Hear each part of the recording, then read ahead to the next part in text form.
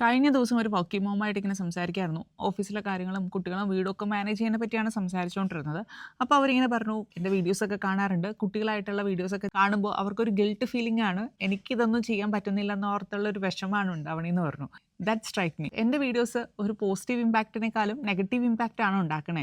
അതിനെന്ത് ചെയ്യാൻ പറ്റുന്നുള്ള ഒരു തോട്ട് പ്രോസസ്സിൽ നിന്നാണ് ഇങ്ങനെ ഒരു ക്ലാരിറ്റി കൊണ്ടുവരണം എന്ന് വിചാരിച്ചത്. കാരണം സോഷ്യൽ മീഡിയയിൽ കാണുന്ന റിയൽ ലൈഫാണ് നമ്മുടെ റിയൽ ലൈഫ് വെച്ച് നമ്മൾ കമ്പയർ ചെയ്യുന്നത്. ഞാൻ ഉൾപ്പെടെയുള്ള കോണ്ടന്റ് ക്രിയേറ്റേഴ്സ് എല്ലാവരും ഒരു വീഡിയോ ഷൂട്ട് ചെയ്ത് എഡിറ്റ് ചെയ്ത് പോസ്റ്റ് ചെയ്യുമ്പോൾ അതിൽ നിന്നൊരു ബെനിഫിറ്റ്സ് പ്രതീക്ഷിച്ചുകൊണ്ടാണ് ഇതെല്ലാം ചെയ്യുന്നത്. നിങ്ങൾ കാണുന്ന ഓരോ വ്യൂസും ലൈക്സും കമൻസും എല്ലാം കൗണ്ടബിൾ ആണ്. അതുപോലെ തന്നെ നമ്മൾ ഷെയർ ചെയ്യുന്ന ലിങ്കുകളോ പ്രൊഡക്റ്റുകളോ ഒക്കെ നമുക്ക് വലുതല്ലെങ്കിലും ചെറിയ രീതിയിലുള്ള ഒരു കമ്മീഷൻ അതിനകത്ത് നിന്ന് കിട്ടുന്നുണ്ട്. പിന്നെ credibility part purely depend on the creator ആണ്. അപ്പോൾ നമ്മൾ ഓരോ സോഷ്യൽ മീഡിയയിൽ വീഡിയോസ് കാണുമ്പോൾ അതിൻ്റെ ഇത്തരത്തിലുള്ള ഒരു ബാക്ക് സൈഡും കൂടി ആലോചിച്ച് കാണുവാണെങ്കിൽ ഇത് നമ്മളിൽ ഉണ്ടാക്കുന്ന ഇമ്പാക്റ്റിൽ ഒരു ചെറിയ കുറവ് വരും.